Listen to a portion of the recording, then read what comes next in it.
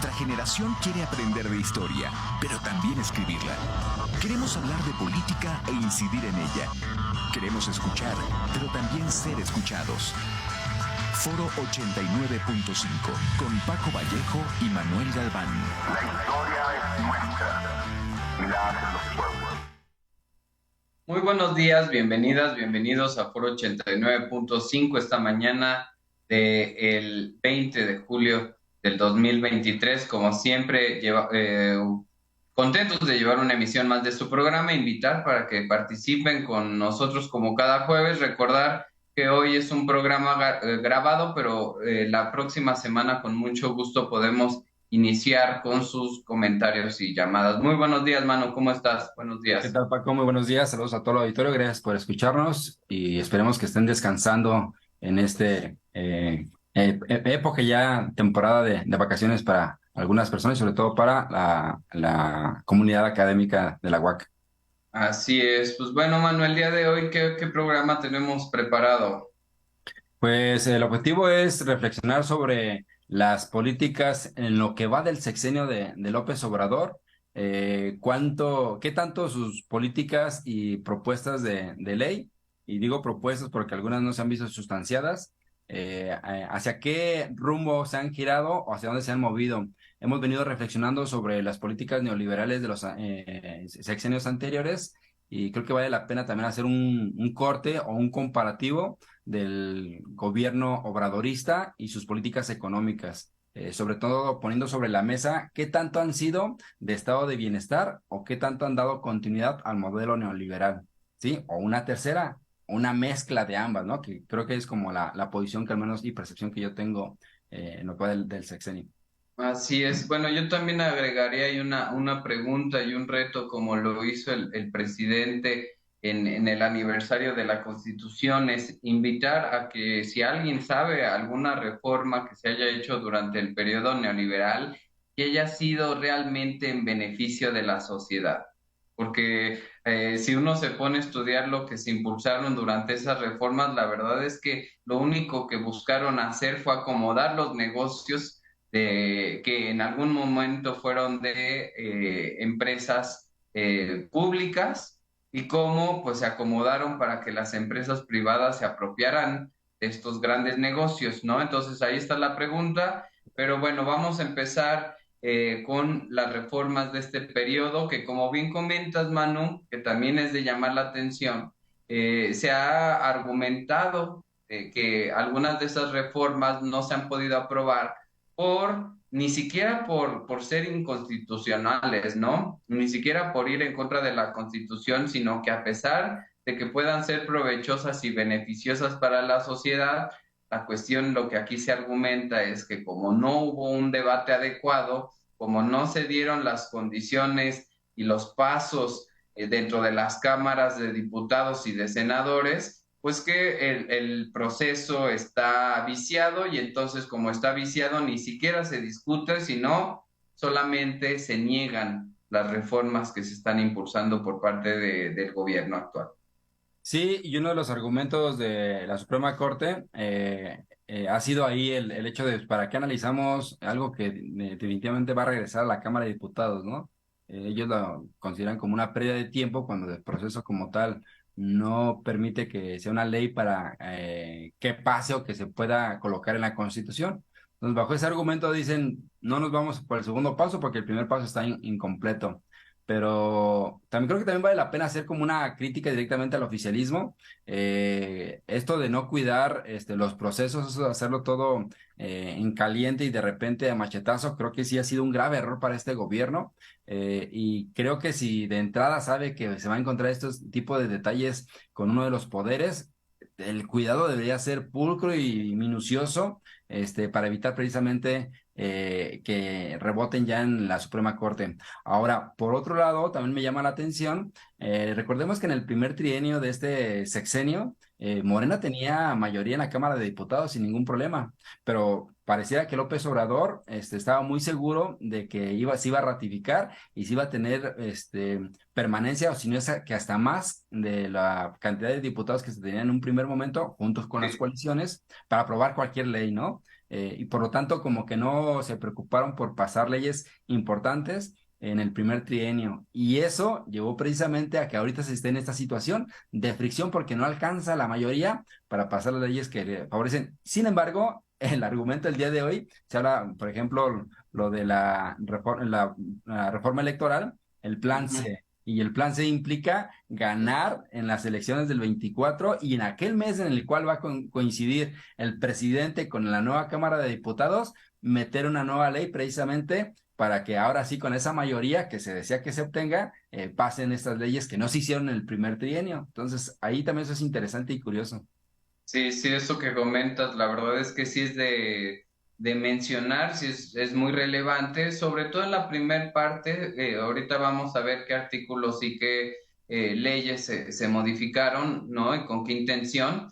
Pero como comentas, esta segunda etapa del sexenio, la verdad es que no, como no contaban con la mayoría, pues sí, se han obstruido prácticamente todas las propuestas de reforma que se han impulsado, pero ¿cuáles se alcanzaron a aprobar? Bueno, una de las primeras que se buscó llevar a cabo fue convertir el delito de corrupción como un delito grave, ¿no? Que antes era pues un delito menor, ¿no? Entonces pues veíamos a los grandes corruptazos que además no perdían nada de su,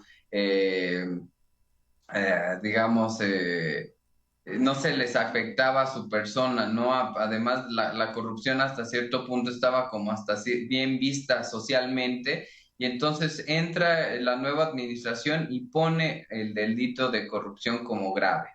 Sí, no, no existía la Constitución como tal, siendo el principal cáncer de México, no estaba en la ley, no podía haber sentencia por alguien que cometiera corrupción. Entonces creo que sí fue uno de los primeros elementos importantes, y sobre todo que sí empezó a cazar algunas prácticas que por ahí se quedaron muy bien estructuradas, ¿no? Sí, de hecho hay que mencionar, Manu, a ver si después también le podemos dedicar un programa a esto, el caso de Segalmex, ¿no? Que es el caso de esta administración de Andrés Manuel López Obrador, donde ya se comprobó que precisamente hubo corrupción y sí se atendió, se fue en contra de los funcionarios públicos y bueno, ya se atendió esta situación, ¿no? Que ojalá que sea pues una práctica cotidiana donde se vea corrupción, que inmediatamente haya participación por parte de las autoridades para ir en contra de estas acciones. Sí, ese que comentas creo que es un caso específicamente y muy particular y sí valdría la pena tener un programa específicamente para él, porque hasta el mismo gobierno, bueno, específicamente el presidente de la República reconoce que su principal mancha de su sexenio y que le ha dolido, pues es precisamente Segalmex como tal.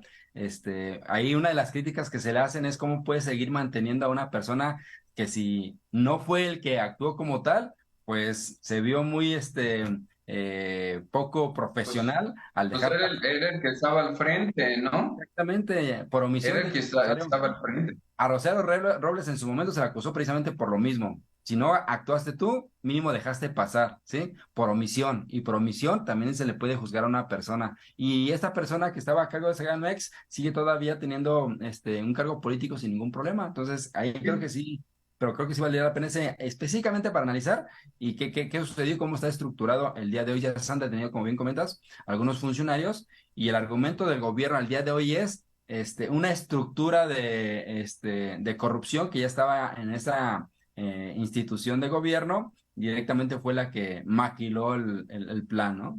Sí, se aprovecharon y le vieron la cara al que Sí, iba al frente de Segalmex, ¿no? Que es el que no tocaron, que también, bueno, ahí es cuestionable y por supuesto que lo podemos debatir, sobre todo a partir de la información que tenemos. Pero, mano, otra de las leyes que se aprobaron es la ley de extinción de dominio, que fue para recuperar y devolver al pueblo lo robado. Esta también fue una ley muy importante, que sin ella no se hubiera podido crear esta institución. sí, y que ahí fue interesante esta institución como una de las, no sé si estrellitas o sello propio de la cuarta transformación de este sexenio, ¿no? Una institución difícil de nombrar desde su propia cantidad de nombres y palabras que lleva, pero con el objetivo de transparentar, al menos entre comillas, transparentar o llevar a cabo hacia la población todo esto que se recuperaba de lo que se había robado. y eso de alguna forma ha traído beneficios para algunos programas o sobre todo construcción de hospitales, que creo que es donde termina como lo que se recauda en esta institución, beneficio para la salud y la población. Específicamente cuánto se ha recaudado también es una duda, no tenemos el día de hoy como esa transparencia y esa claridad, ¿no? Sabemos que existe el instituto y pareciera que como existe ya deberíamos de confiar de que todo ha sido transparente. Entonces no sabemos cuánto se ha recaudado, cuánto se ha beneficiado y cómo, ¿no? De hecho, es una de las grandes críticas, ¿no? Que se ha llevado el hecho de que no haya transparencia, de que no se sepa exactamente cuánto se ha juntado y en qué se ha gastado este dinero que se recupera del crimen organizado y de los fraudes precisamente también por parte de funcionarios públicos, ¿no? Que se han aprovechado de sus puestos. Manu, también está el artículo 28 para prohibir la devolución de impuestos, perdón, sí, la devolución de impuestos. Creo que esta es una de las leyes más importantes, ¿no? De las reformas más importantes, sobre todo porque implica que entren al erario público 200,000 millones de pesos al año, lo cual pues es una cantidad desorbitante que por supuesto se puede aprovechar para otros rubros que requieren de este dinero. Sí, ahí se preguntaba cuando andaba en campaña López Obrador de cómo le iba a hacer o dónde iba a salir el dinero para mantener este tipo de política de pensión universal. Sí, o sea, para todos los adultos mayores de 65 años, que el Estado les dé su beneficio económico porque ya en su momento trabajaron y aportaron a la economía del país. Y entonces estaba la pregunta, ¿de dónde? Sin embargo, este gobierno sí llega a hacer un corte. Ahora, él calculaba que iba a haber 500 millones, 500,000 millones de pesos de recaudación. Ya estando en el gobierno no hubo esa, pero sin embargo, aplicar esta política, este cambio de ley, le beneficia precisamente para mantener sus políticas sociales sin necesidad de incrementar impuestos. Entonces, eso Y fue... además de, Ujú. sí, sí, y sin impuestos, ¿no? Que es muy importante, pero además de que se permite continuar con los programas sociales, también estamos hablando de que eso derivó en la oportunidad de los grandes proyectos, ¿no? O sea, si no hubiera sido por esta recaudación, difícilmente se hubiera logrado terminar lo que es el aeropuerto, difícilmente se hubiera terminado lo que es la refinería y próximamente también lo que es el Tren Maya, ¿no? Que también de alguna forma, pues, de forma abierta y contundente la oposición, pues, ha querido detener estas grandes construcciones, ¿no? Tratando de argumentar ahí, pues, ciertas cosas que la verdad es que a mí me parecen muy, muy limitadas. Y la cuestión aquí es, que todo esto se ha logrado sin endeudar al país.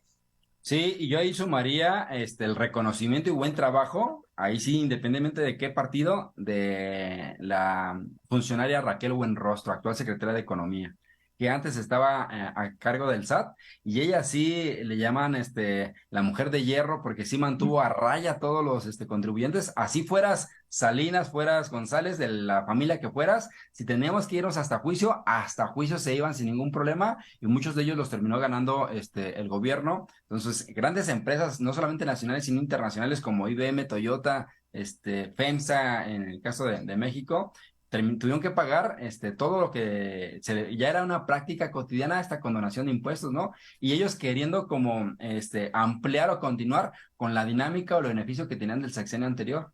Entonces, eso sí creo que es un reconocimiento importante para esta funcionaria, que hizo un trabajo espectacular y que le ha merecido reconocimientos internacionales con la recaudación. ¿Qué otra cosa se hizo, mano? La clasificación del robo de combustibles, la evasión fiscal y el fraude electoral como delito grave, también parecido al primero que comentábamos, delitos que son muy vigentes, son muy actuales, ¿no? De nuestra realidad contemporánea y de alguna forma, pues también tratando de tirar, digamos, el camino de la corrupción en diferentes instituciones de nuestro país. Sí, ahí recordemos que llega el gobierno y llega con una crisis en la cual el robo de hidrocarburos era algo cotidiano y normal y no estaba sentenciado como tal. Entonces, el que después se convirtió en la famosísima frase del huachicol, pasa a nivel constitucional y directamente va a tener sentencia ya directamente desde el gobierno federal.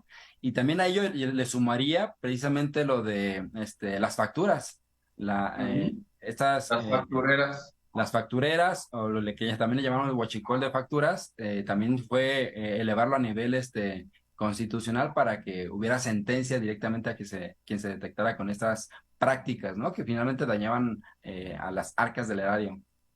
Así es. También está la eliminación del fuero al presidente, ¿no? Que esta ley, de hecho, era mucho más ambiciosa. La idea era que se llevara a prácticamente todos los funcionarios públicos, pero al final ni los diputados, ni los senadores, ni los gobernadores, bueno, eso también es un debate local, pero al menos hablando federalmente, ni los diputados ni los senadores aceptaron que se les quitara el fuero. Y al final dijeron, bueno, la propuesta es del presidente, pues hay que aplicarla, ¿no? Al presidente sí, se le quitó el fuero, lo cual pues me parece de alguna forma positivo, ¿no? Sobre todo teniendo los antecedentes y la forma en que actuaron ciertos presidentes en el pasado, sí marca una nueva regla, sobre todo para lo que pueda suceder en el futuro.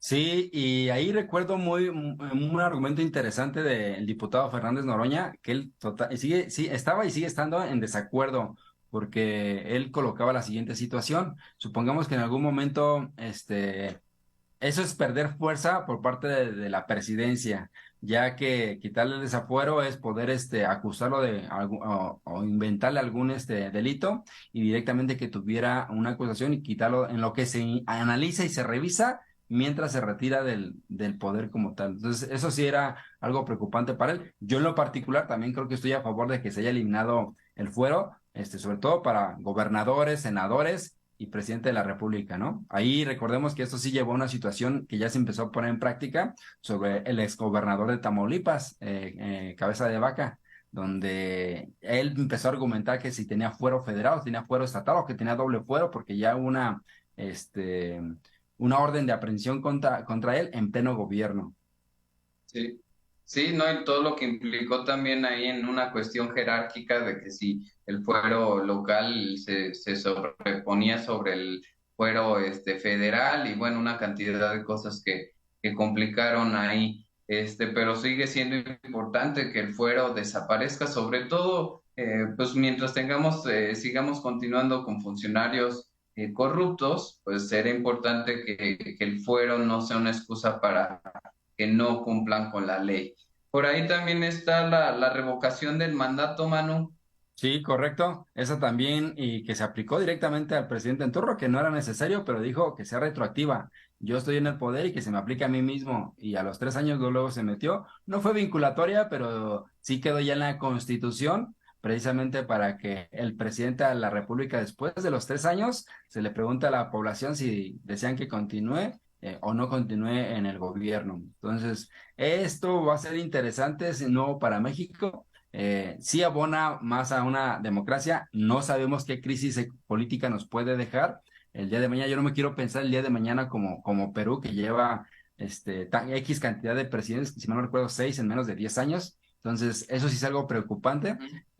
Sin embargo, sí llegan en un momento en el cual, pensando en un gobierno como el de Peña Nieto, donde estábamos ya cansados en el segundo año, con los niveles de corrupción y de actos y prácticas, no había forma de poder quitarlo del poder. Aquí ya hay un elemento para que la ciudadanía mínimo se empodere y poder quitar a alguien del poder cuando no lo maneja de forma correcta, ¿no? Eso, Así perdón. es. Bueno, otra ley fundamental. Sí, Sí, déjame sí, sumar. sí. Lo que sí creo que le falta a esta es que se empiece a aplicar también ya a gobernadores. O sea, que cada congreso haga su reforma y que se aplique directamente a nivel local. Creo que también eso beneficiaría, sobre todo a todos los cargos que sean de 6 años. En este caso, gobernadores, senadores y presidente de la República.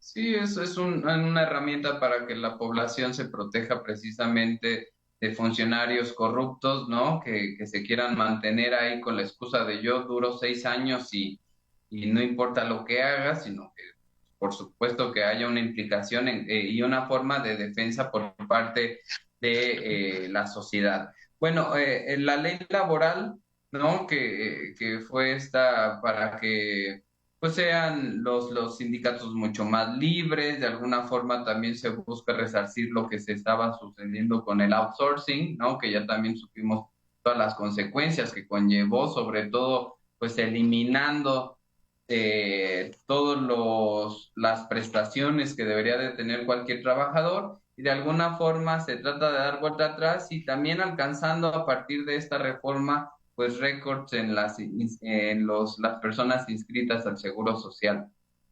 Sí, ahí creo que se le da un viraje interesante e importante a lo que se hizo desde el gobierno de Felipe Calderón, que es donde recuerdo empezó precisamente esta reforma del outsourcing y que después se sustanció con el gobierno de Peña Nieto, como ya comentábamos en programas anteriores. Y este gobierno sí le da un review en el cual echar para atrás esta situación que para nada favorecía a los beneficios o los derechos de los trabajadores. Eso finalmente el día de mañana el Estado lo tiene que pagar, ¿no? Si el día de hoy tú no le garantizas una vivienda digna, no le garantizas salud, no le garantizas una pensión al trabajador, claro que eso el día de mañana te va a generar una situación de crítica en la cual el Estado tiene que asumir. ¿Por qué? Finalmente tienes que dar el servicio de salud a una persona de la tercera edad, finalmente tienes que apoyarlo económicamente. Puede ser que si las pensiones universales el día de hoy, eso sería inalcanzable e imposible si hubiera mantenido la política del outsourcing. Entonces, esta creo que sí es una estrella, un elemento importante y sí, que la verdad es de aplaudir. Junto con ello, el incremento al salario como tal, ¿no? Que sí ha beneficiado de forma directa a la población, pensando que en la parte fronteriza ya está en los 300, hasta en los 300 pesos. Y en la parte centro y demás del país, mínimo se ha duplicado de como estaba al inicio del sexenio. Así es, y bueno, eso tiene que ver con otra que es elevar a rango constitucional las pensiones, adultos mayores, las becas a personas discapacitadas y becas para todos los niveles a niñas y niños de escasos recursos, ¿no? Que también tiene que ver, conlleva con los programas sociales, pero de alguna forma es atender una problemática social que ya veníamos acarreando desde hace mucho y que es importante atender, ¿no? A través de estos programas que la verdad es que han sido muy bien recibidos por la sociedad, sobre todo tomando en cuenta todos los beneficios que trae. Sí, y ahora podemos empezar a escuchar algunos que están ya buscando a la candidatura, diciendo que son congruentes y que están a favor de estas políticas sociales, ¿no? Cuando antes ni siquiera era algo que se preocuparan por la población, estos elementos que son vitales. Que tachaban de populistas, ¿no? Pues en el sentido de que se daba nada más con el fin de ganar los votos de la población, pero pues no es nada más eso, sino es realmente atender a una población vulnerable, ¿no? Que requiere de estos apoyos y que además en la mayoría de los casos son bien utilizados. Por supuesto que por ahí nos pueden enseñar videos de gente que no aprovecha sus becas, de jóvenes que no aprovechan sus becas, etcétera, pero la realidad es que es un sector que requiere de estos apoyos.